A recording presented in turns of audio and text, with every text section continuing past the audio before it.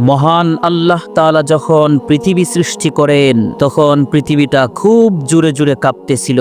আল্লাহ তাআলা পৃথিবীর কাঁপাকাঁপি বন্ধ করার জন্য পেরেকের মতো এই পাহাড়গুলিকে পৃথিবীতে ঢুকিয়ে দিলেন। তখন কাঁপাকাঁপি বন্ধ হয়ে গেল।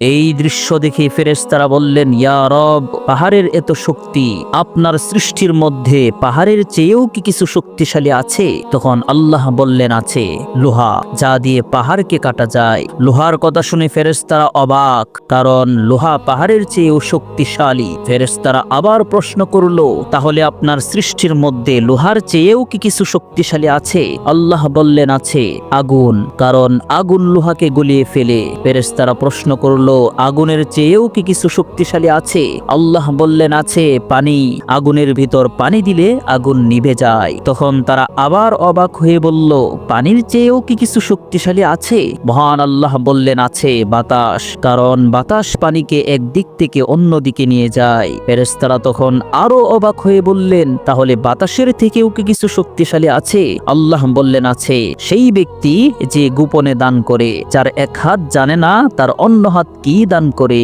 সুবহানাল্লাহ।